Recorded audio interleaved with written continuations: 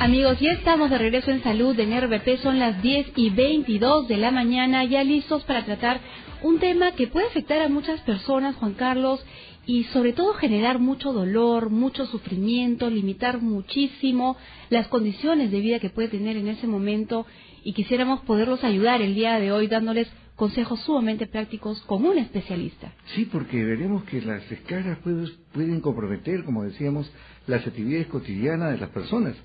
Este tema de cómo curar las escaras, las úlceras varicosas, el pie diabético, vamos a comentarlo con el doctor Percy Rosell Perry.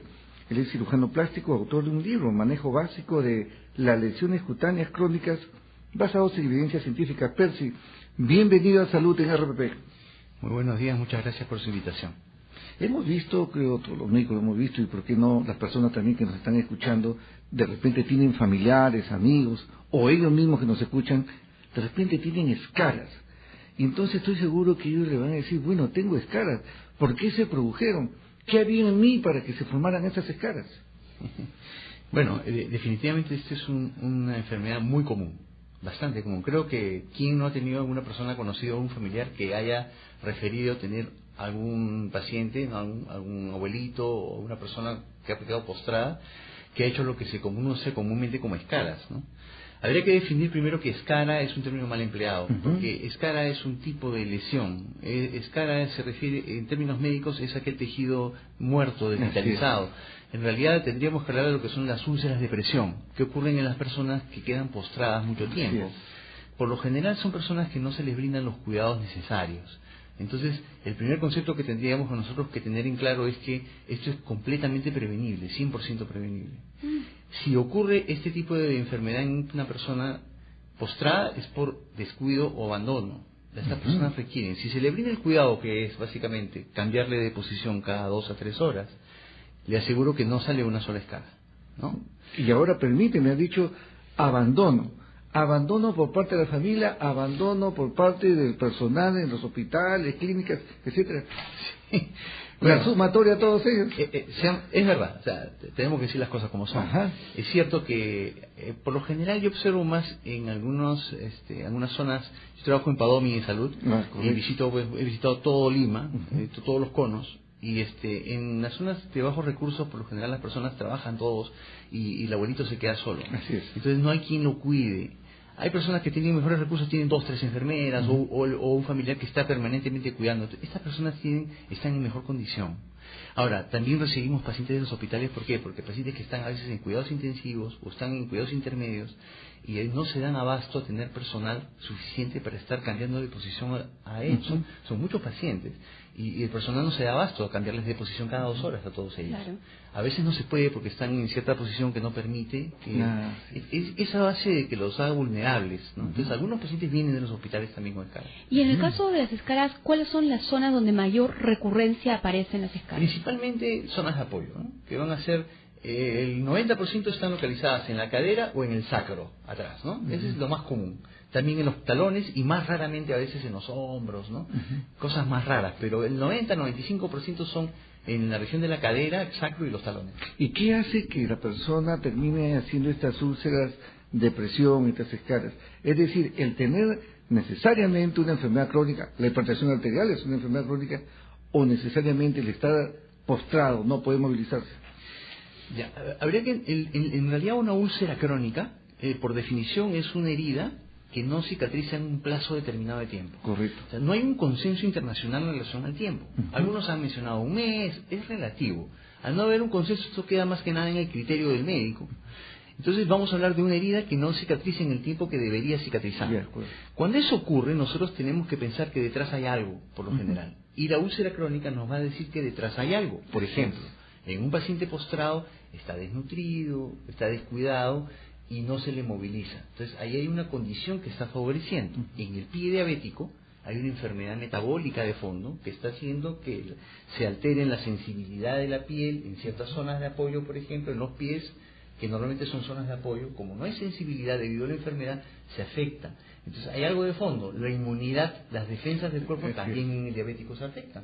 Los pacientes que tienen mala circulación en los pies, en los miembros inferiores, que tienen insuficiencia venosa o insuficiencia arterial, también tienen un hándicap. Entonces la úlcera aparece como un síntoma o un signo de algo que está atrás, ¿no? Justamente sobre ese síntoma, sobre ese signo, donde a veces hay familiares que tienen pacientes que están postrados y de pronto no se ponen a pensar en la posibilidad de que estas úlceras de presión o escaras van a aparecer. ¿Cómo ellos pueden empezar a identificar de que, algo por aquí no anda bien?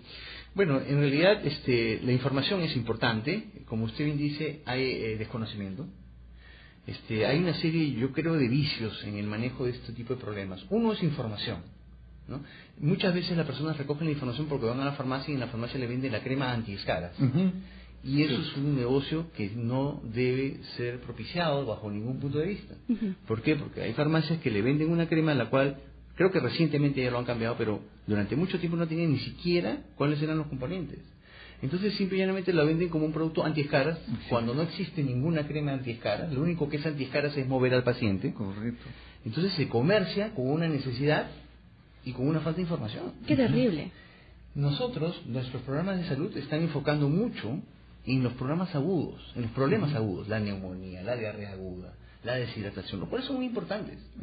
Pero no nos enfocamos muchas veces en los problemas crónicos que a la larga son más costosos para el Estado, para los servicios de salud y con mayor impacto.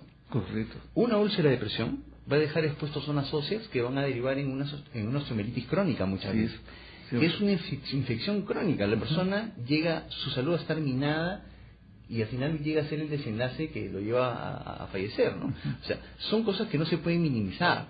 Entonces la información, por un lado, es muy importante, saber de qué se trata, qué es un pie diabético, si una persona es diabética que puede hacer este tipo de problemas, si una persona está postrada puede hacer una escala, hay que movilizarla, si tiene mala circulación en los pies, que a veces se manifiesta por dolores, calambres, hay que estar atentos y pensar que se puede desarrollar una úlcera ahí. Correcto. Y Percy, vamos a dejar una pregunta para luego que comentes, regresando de escuchar los titulares. ¿Se curan las escaras? ¿No se curan? ¿Y qué hacer también para evitar las úlceras varicosas? Lo comentamos regresando después del corte en Salud en RPP por RPP Noticias. 10:36 de la mañana. Juan Carlos Vite Vega, médico internista, le dice que estamos de regreso en Salud en RPP con el fondo musical de Paulina Rubio, Boys, We Love We Be Boys, es decir, siempre seremos muchachos, lo cual está mal, de verdad. Y estamos comentando precisamente sobre, ¿se puede curar estas úlceras de presión? Eso fue el interrogante que hicimos antes de escuchar los titulares. Y en verdad, estas llamadas escaras, las úlceras de presión, ¿se curan? Habría que diferenciar los pacientes, ¿no? Si hay pacientes, por ejemplo, un grupo de pacientes son pacientes con lesiones de médula espinal que están postrados, pero son pacientes jóvenes. Totalmente postrados. Claro, y son parapléjicos, son personas jóvenes que están en condiciones de ser sometidos a una intervención quirúrgica. Entonces la intervención quirúrgica permite, a través de una reconstrucción que la hace el cirujano plástico, poder reparar y solucionar el problema. Lo cual no cambia su condición, porque va a quedar susceptible siempre a poder volver a presentar el problema. Ya viene la parte preventiva. Correcto. El otro grupo de pacientes, que quizás es el más grande, ¿no? Es el grupo de pacientes ancianos que ya por su condición, su edad, las enfermedades de fondo que tienen, quedan postrados. Entonces, en este paciente, por ejemplo, paciente de 80, 90 años, hacer este tipo de cirugías no es posible, porque son cirugías grandes. Entonces no van a tolerar un acto operatorio ni anestésico de esa magnitud. Entonces en estos pacientes se proponen las técnicas curativas, que es lo que se hace de manera alternativa. Sin embargo, hay que considerar que cuando las úlceras de presión dejan expuesto el hueso, por ejemplo en la cadera, durante tiempo prolongado, provocan lo que se llama la osteomielitis crónica. Y la osteomielitis crónica es una condición de manejo quirúrgico. Si la evidencia científica dice, los estudios dicen, de que si nosotros damos antibióticos solamente no curamos la osteomielitis. Tenemos que resecar el hueso infectado y además dar antibióticos. Nos estás hablando de algunos tratamientos alternativos para las escaras que seguramente muchas personas desde sus casas podrían aplicar. Y en ese sentido, primero quisiera invitar a nuestros oyentes a que ya empiecen a llamarnos y participen con sus consultas, porque estoy segura que en adelante vas a poder dar muchísimos más datos prácticos para que ellos también contribuyan con la prevención y el tratamiento. Y en este caso, recordamos, el tema de las escaras, esos tratamientos alternativos. Me pongo a pensar en, no sé, en alimentos, en flores, en plantas. ¿Hay algo que puede ayudar con las escaras? Bueno, es un enfoque, como mencioné, interdisciplinario. Es muy importante, ¿por qué? Porque va a haber la participación de diferentes especialistas. Va a haber un nutricionista que va a decir, Bueno, el perfil del paciente, acá hay una deficiencia de tal o cual tipo que debemos que subsanar. Va a haber la participación del médico internista o el geriatra, que va a evaluar de manera general al paciente para ver si hay alguna enfermedad de fondo adicional. Hay que ver qué medicinas puede estar tomando también que pudieran estar afectando. Esa es una manera de ver del paciente de manera más ideal, ¿no? En relación al cirujano, lo que nosotros evaluamos la condición de las heridas, ¿no? Entonces, por lo general, hay ciertas etapas. Al inicio lo que se forma es un tejido muerto, ¿no? Que es lo que realmente se llama escara, que es un tejido desvitalizado, porque la piel se ha presionado tanto tiempo que le ha quitado circulación de sangre en esa zona. Claro, y una imagen como esta para a un familiar que está viendo así a su paciente que está en mal estado, uno empieza a pensar verdaderamente en qué alternativas puedo tener, ¿no? Por ejemplo, me hablan de la miel. Si yo le echo miel a esa lesión, ¿va a contribuir? Sí, es muy interesante. Justamente en el libro que estoy presentando, hemos hecho una revisión de todos los contenidos tradicionales y todas las técnicas nuevas, los equipos nuevos, bajo evidencia científica. Evidentemente el azúcar, la miel, el bálsamo del Perú, la sangre de grado, el aloe vera, son métodos muy antiguos que se han usado con eficacia, pero deben estar integrados dentro de un protocolo. Porque si yo, por ejemplo, le coloco miel a un tejido necrótico, lo único que voy a favorecer es una infección. Sí, Y yo puedo colocar miel en una herida limpia, que ya ha sido el tejido muerto retirado quirúrgicamente en un paso anterior. Entonces, con esto es un ejemplo muy simple para poder, porque caemos muy fácil en el hecho de decir, ¿cuál es el santo grial, no? La miel, el azúcar, como que cura todo. Claro. Y los medicamentos, hay cremas antibióticas que piensan que curan todo, y eso no es así. Hay que darlo bajo una supervisión médica por el tiempo necesario y en el momento debido. De acuerdo. Y ahora, para concluir esto de las escaras y ver algo de, por ejemplo, las úlceras varicosas, las personas que nos están escuchando dirán, bueno, y de repente mi tío, mi abuelo que está con su escara, ¿por qué no se la retiran, pues, y con eso se acabó el problema? Retirando la escara se acaba el problema. Retirando lo que vemos externamente se acaba el problema. Bueno, también nuevamente hay que diferenciar. Lo cual ilustra muy bien, de alguna forma, que esto no es tan simple y debe ser manejado por un médico especialista, un equipo en todo caso. Hay tejidos, hay escaras que si uno las remueve van a empeorar la condición del paciente. Por ejemplo, si yo tengo una escara en el pie y el paciente no tiene buena circulación, si yo la remuevo, lo más probable es que el pie todo se ponga negro, porque hay mala circulación. Cuando hay mala circulación, no es imprudente realizar un procedimiento quirúrgico. Lo que hacemos es mejorar la circulación a través principalmente de un procedimiento quirúrgico, es una revascularización o algunos medicamentos, pero antes de eso no es conveniente hacerlo. ¿Qué pasa, por ejemplo, si tengo una escara encima del dorso del pie, donde están los tendones? Si yo retiro la escara, voy a dejar todos los tendones expuestos. Entonces hay ciertos criterios que se deben de tomar. No toda escara debe ser removida. Deben primar, por ejemplo, he puesto dos ejemplos, ¿no? Sobre los cuales uno debe tener un criterio y saber cuándo se debe sacar y cuándo no. No siempre se debe sacar. Ya tenemos llamadas desde nuestros oyentes. Marta está en línea y nos llama desde San Juan de Miraflores. Marta, muy buenos días. Buenos días, doctora. Una pregunta para el doctor. Mi mamá tiene 75 años y desde hace 4 años está postrada. Y ella tenía 2 infartos cerebrales. Y ahora su cuerpo está como que pura astilla, o sea, por sus huesitos han salido y le ha salido una escara en la parte sacra. Y ya le he llevado al cirujano y le han sacado piel y todo. Y le estoy echando clorilaces. Pero ¿qué pasa? Que el doctor me ha dicho que siempre le van a salir. O sea, ¿se puede curar o no se puede curar? No estamos seguros tampoco. Ya tiene como 2 meses en tratamiento.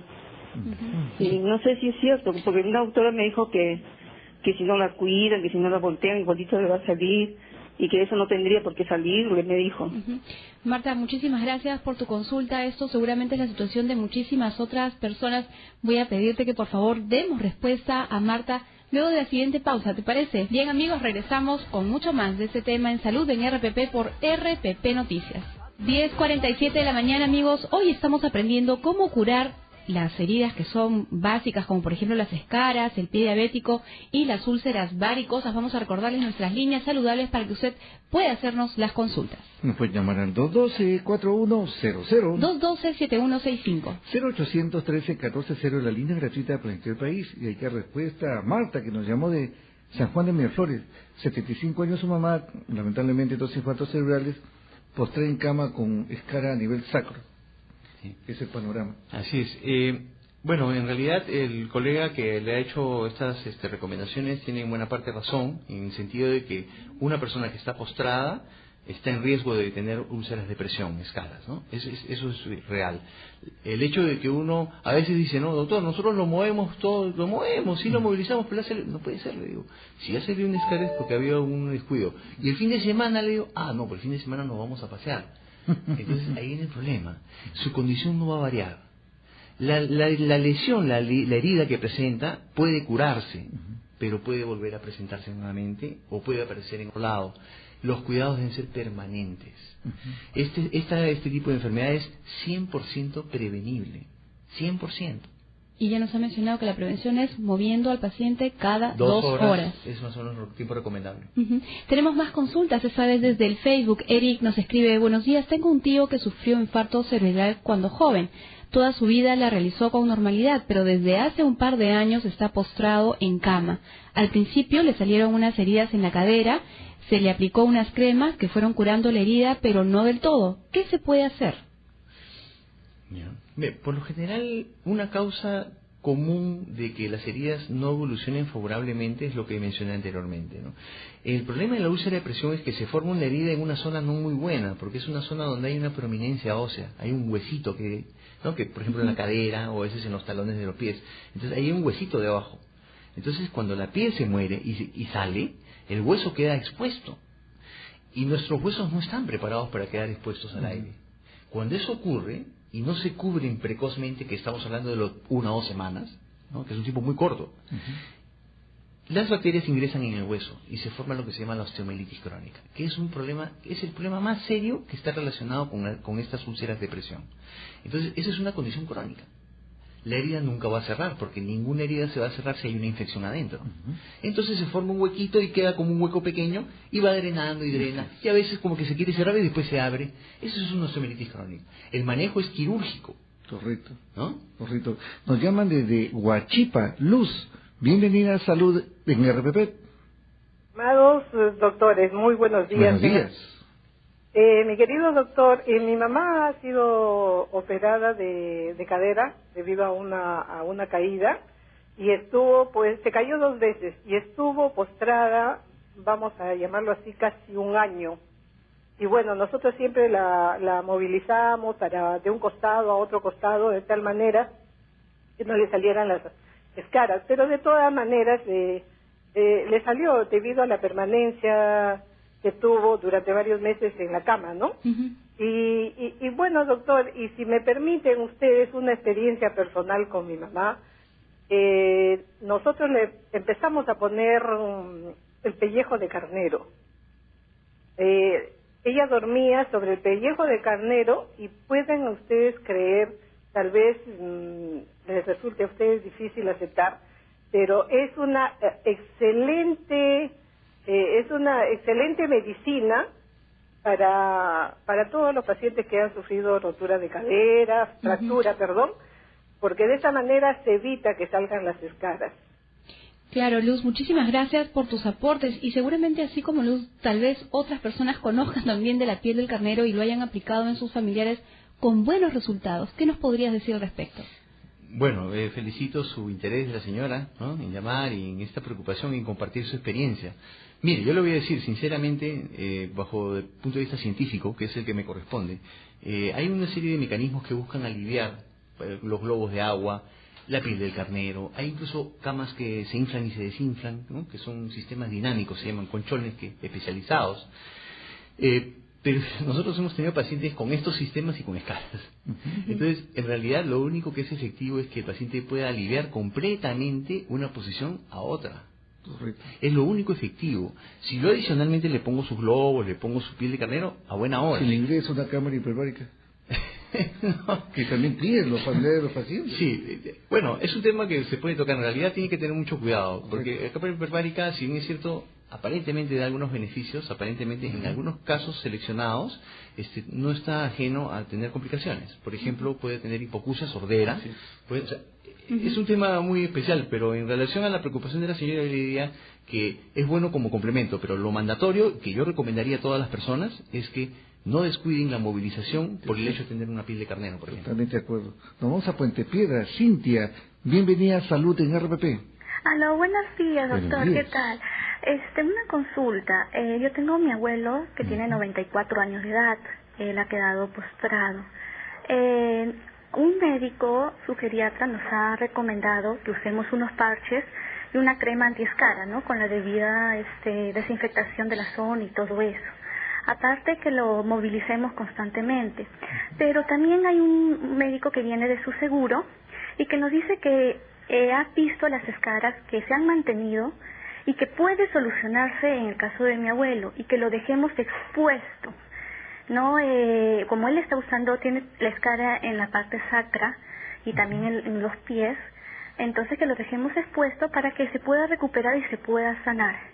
Hemos hecho esto, le hemos puesto una gasa, como recomendó el otro médico, pero hemos notado que otra vez ha presentado el problema y ha presentado avanzar. Entonces, la pregunta es, si se puede continuar con es recomendable continuar con el tratamiento de los parches y la crema, o para que mi abuelo se pueda curar completamente, tenerlo expuesto, o en cómo se podría solucionar en este caso. Gracias por llamar, Cintia. Ok, muchas gracias. Bueno, podemos entender, es un poco difícil emitir un juicio que médico especializado sin ver la lesión. Puedo suponer que puede ser una úlcera, ¿no? Hay que ver si esa úlcera está limpia o no. Si la úlcera tiene tejido necrótico desvitalizado, con mal olor, secreción purulenta o no, o es una úlcera que está limpia y solamente es una secreción serosa, ¿no? Habría que diferenciar, ¿no? Ahora, como les mencionaba, ¿no? No existen cremas antiescaras. Eso se usa de manera comercial y lo que tenemos que saber es qué producto colocamos en una herida. Por ejemplo, estas cremas antiescaras, yo por un interés sé que tienen óxido de zinc, que es un antiinflamatorio, y tienen silverbiacina, que es un antibiótico. Pero no todas las heridas necesitan antibióticos. Solo las heridas infectadas necesitan antibióticos. Entonces, si yo coloco una herida que no esté infectada, antibióticos por 6 meses, lo que voy a provocar es una toxicidad del antibiótico. Entonces dice, no cierra porque están impidiendo que cierre. Le están aplicando un antibiótico que no es necesario. Sumamente importante la recomendación que está mencionando. El tiempo siempre nos queda corto, todavía tenemos que conocer un poquito más sobre el pie diabético, que es otro problema de salud muy frecuente, y las úlceras varicosas. Cuéntenos lo más relevante del pie diabético, cómo podemos ayudar al paciente. En el pie diabético, el tema es así, fíjense. Los mecanismos de protección del pie en esta persona, de sus pies, están alterados. Los mecanismos que permiten que pueda protegerse. Y los mecanismos de cicatrización también. ¿Cuál es el principal mecanismo de protección? La sensibilidad. Porque yo camino sobre un clavo y me duele. Claro, entonces reacciono. O si uso un zapato muy apretado, me lo cambio porque no lo tolero. Pero si no existe esa sensibilidad que está alterada en el diabético, por ejemplo, o la circulación de sangre que también llega a estar alterada en el diabético, entonces es una persona con los pies frágiles, con los pies de cristal.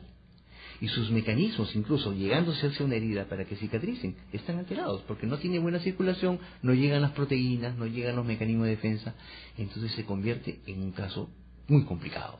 Por eso es que el pie diabético es lo que nosotros entendemos, cosas muy serias, que terminan muchas veces en amputación. Ahora, el pie diabético necesariamente está relacionado con un mal control del azúcar, de la glucosa en sangre.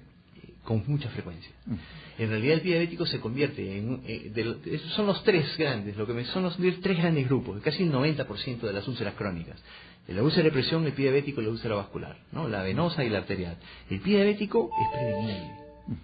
Pacientes que controlan su glucosa, van a sus consultas con el médico, se chequean regularmente, toman las medidas preventivas que son muy conocidas, ¿no? Como por ejemplo... Por ejemplo, ¿no? La inspección diaria de los pies, el cuidado de las uñas. Correcto. Muchas veces los calzados, sobre todo las damas a veces, ¿no? Aunque esto es más frecuente en hombres, pero en damas a veces el tipo de calzado favorece ciertas deformidades en los pies, los juanetes o las uñas tienden a veces a crecer de manera indebida y empiezan a generar heridas pequeñas, ¿no? A veces son fumadores. Eso es una completa contradicción, pero yo lo he visto. Bueno, Es imposible, porque si el diabético tiene mala circulación, el cigarrillo sí, provoca mala circulación, entonces va a agravar su problema, ¿no?